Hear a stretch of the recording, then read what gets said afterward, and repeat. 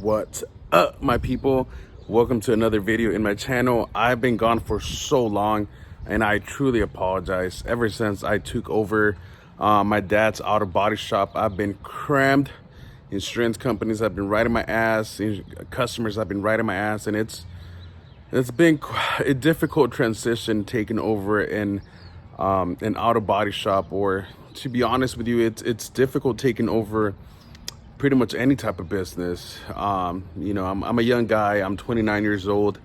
So yeah, guys, that's been holding me back from making a lot of videos, but I haven't forgotten about YouTube. I still go ahead and go out sometimes to make videos. I just have been having a lot of problem editing and taking the time to upload them. But today happens to be Mother's Day. I spent most of the day with my mom. My family had a great day, nice barbecue. However, everyone's taking a nap, so I thought, hey, why not? Let's go out, make a video. It's perfect timing almost, because it's been about a year and 2 months since I've purchased my F80 M3, and I think it is time to do a 1-year review of my F80 M3. I've done a couple things that I want to go over with you guys. I've spent a good amount of money, good quality parts. I've taken it to the right place, and I want to let you guys know where I've taken it. All right, guys, let's go ahead and jump into it. All right, I'm literally down the street from my house. I live about a block away that way, and I happen to be at a very nice, peaceful elementary school, I believe. So let's take a look at my bad boy. This is it. Where should I even start? Honestly, I haven't done a full-on review on one of my cars in the longest time ever. Feels like I'm always buying and flipping them, right? I'm always selling cars. This one is the one that I decided to stick with me for a while.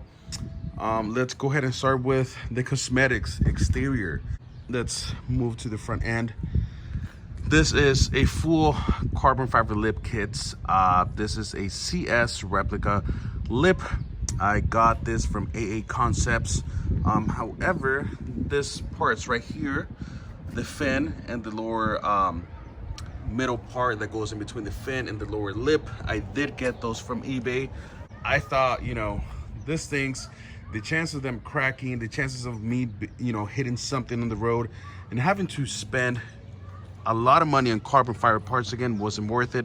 Not only that, I did realize that eBay parts, especially the carbon fiber ones for the M3 and M4, come legit. This is actually an AA Concept one, and if you compare it, it literally, honestly, I can't tell the difference. I really can't.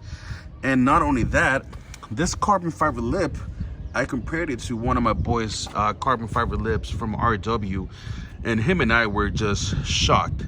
We couldn't tell the difference. They looked the same. They even weighed the same. Clear coat wise, it was just dead on. So guys, watch out for those parts that people are selling for this cars.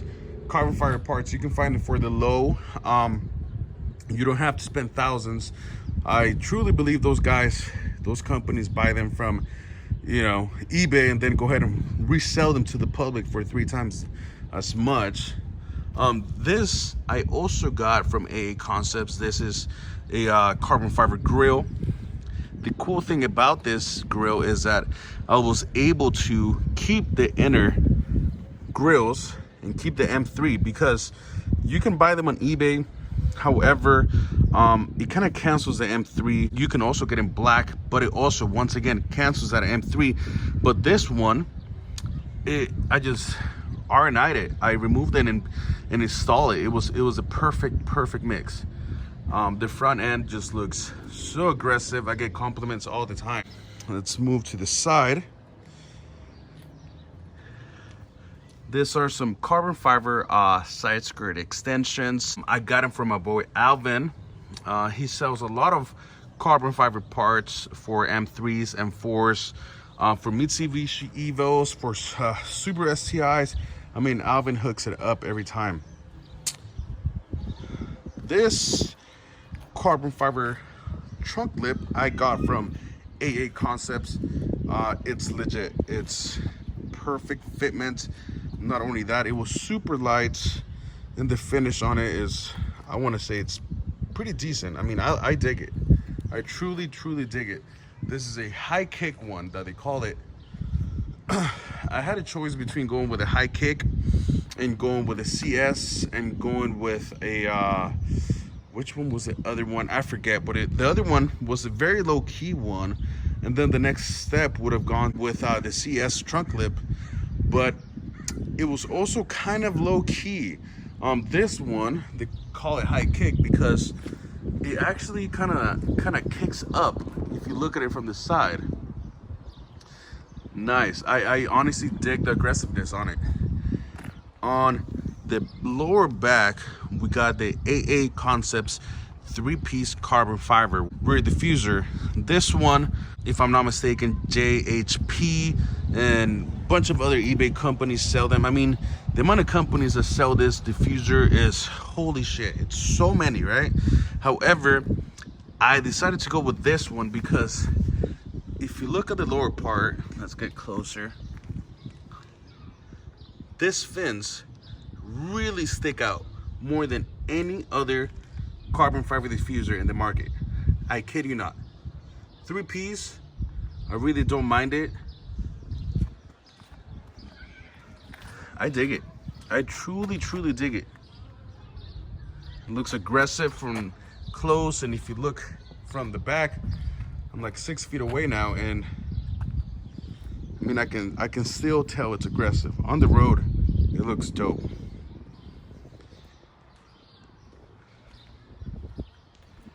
Carbon fiber side skirt here. Once again, I got it from Alvin. And how can I forget? Mirror caps, M-Tech mirror caps. I got them from eBay as well. Pretty legit. The finish, the gloss is honestly quite amazing. I love the way they came. It looks like a very wet carbon fiber clear coat on them. What else? And also, when it comes to the paint, I went ahead and did a full paint correction and ceramic coating myself. I do offer that service over at my body shop. You guys should check me out on Instagram, Luis Body Shop. We do ceramic coatings, paint corrections, full paint jobs. We do work with a lot of insurance companies, so check me out. But back to my car. Sorry, I got carried away. But the paint is just flawless on this car. I did the paint correction and ceramic coating within the first 2 months I got the car, and it's still looking amazing. I don't wash it as much as I should. I really should wash it maybe 2-3 times a month, but in reality, I wash my car once a month. I don't even, to be honest, I don't even wax it. I really don't. So it looks pretty clean, but it's been an entire year of not fully taking care of the paint, and the paint just looks, Jesus, you know, looks amazing. I get compliments on my paint all the time. The ceramic coating on this thing looks and worked perfect. I kid you not. I went ahead and used Chemical Guys Flexi 9. You know, I use that one, and I also like to use the 3D Los Angeles ceramic coating. I did it on the glasses. I did it on the tail lights, emblems, carbon fiber. Every inch of this car is fully ceramic coated. Let's move on to the tire setup I have going on. So I decided to go with some Toyo Proxys R888s. The reason why I decided to go with them was because I am pushing more power than most stock M3s and M4s, and the meat in these things is insane. It's insane. I am truly in love with the meat in these things. The design of these tires, I mean, they almost look like semi-slicks. I actually had a guy come up to me in the tire shop when I was putting them on. He was like, "Are those slicks?" I was like, "Nah, dude. Those are just R888s. These are, if I'm not mistaken, SSR Performance favorite tire setup. R888s. It almost looks like the car is actually lowered because it's the, you know, the meat in these things are so chubby. I dig it. Truly, truly dig it. Especially on the back. I should do a review on these tires because I just got them.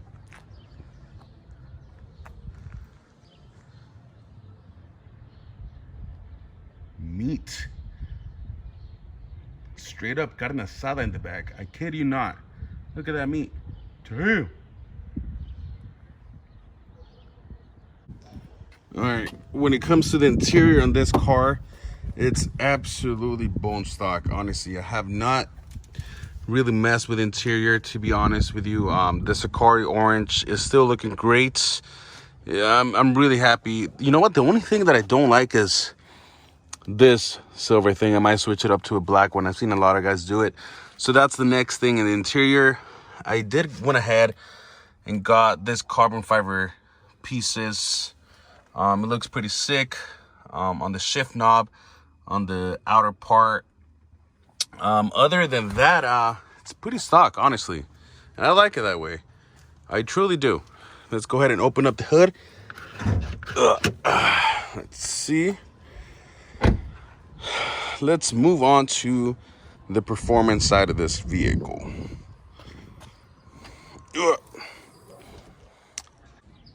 All right, guys. I am so sorry that my engine bay is so filthy. You know what? I know for a fact I'm not the only dude. I'm not the only car guy that has his entire car clean at all times, but the engine bay just looks filthy. I know I'm not the only one. Go pop your hood outside. You'll see. All right, guys. Enough joking around. Let's start off with the colder intakes. I decided to go with engine because I've had him on every single one of my cars I've ever had. I had him back in 07. Yeah, I'm old. Back in 2007, my first car was a Toyota Tacoma. Pre-runner, I had an engine colder intake that it actually came with the car when I bought it. I had it on my G35 back in 2010. I also had him in both of the Evo 10s that I've had. Let's see. After that, one thing. I do love the fact that these engine intakes are carb legal. You can be driving around, you get pulled over, you get your hood popped. Guess what? Carb legal, you are good to go.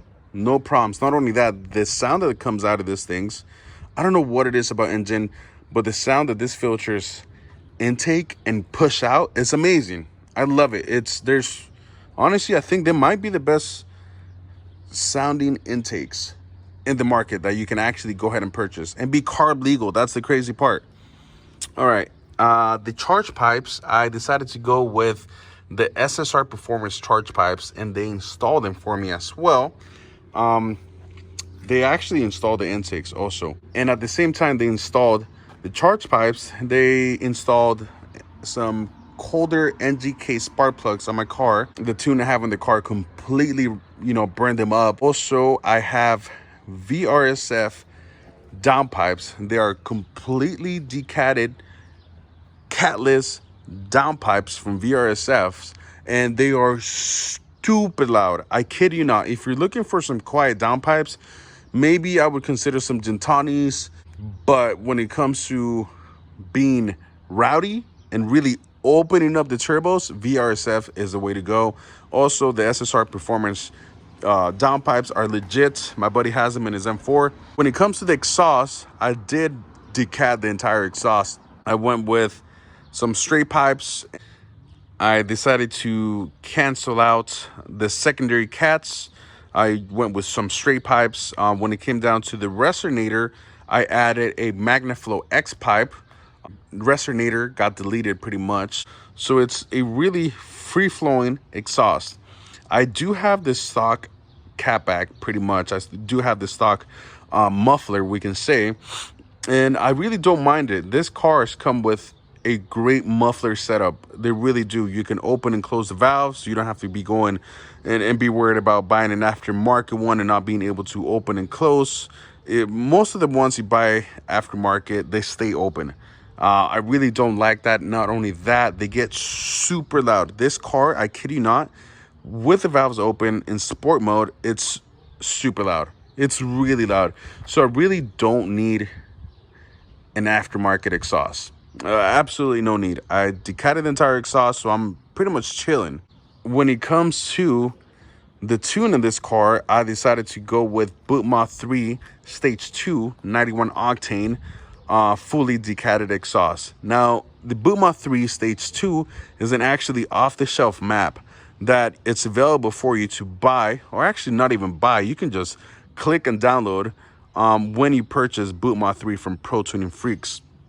They have a lot of options. I also went and got the M4 GTS transmission flash, which is an off-the-shelf map, and it is free when you purchase Bootma 3.